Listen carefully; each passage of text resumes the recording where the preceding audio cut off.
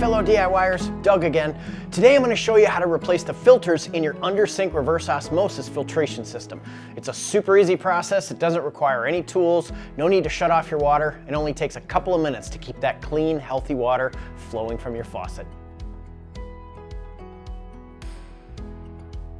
Like anything else, water filters wear out over time, and those pesky contaminants that it's been fighting may find their way back into your drinking water. And often they're tasteless and odorless. So in order to keep up that fight, most manufacturers recommend replacing water filters every 3 to 6 months, but check your product manual for recommendations on your specific model.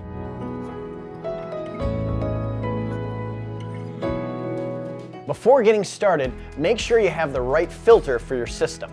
You can easily find your filter replacement on ecopurehome.com. They have most makes and models covered. For this demo, we're going to be replacing them in a Brita Total 360 RO system. First, remove the old filters from your system. This is done with a simple counterclockwise twist of the wrist, just like so. It's normal for a small amount of water to come out when removing the filter cartridges. Next, locate the correct filter for the correct spot in the filter assembly. These are clearly marked for each stage. The pre-filter, post-filter, and reverse osmosis membrane all have specific connection points which are clearly labeled on the assembly.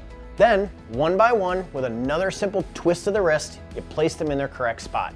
Just turn them clockwise and push them into place. You should feel the filters lock when you can't turn them anymore. And that's it. You can rest assured knowing your drinking water remains clean and healthy. Now, for more information or other helpful tips, check out the Home Water Resources Hub on ecopurehome.com. Thanks for watching.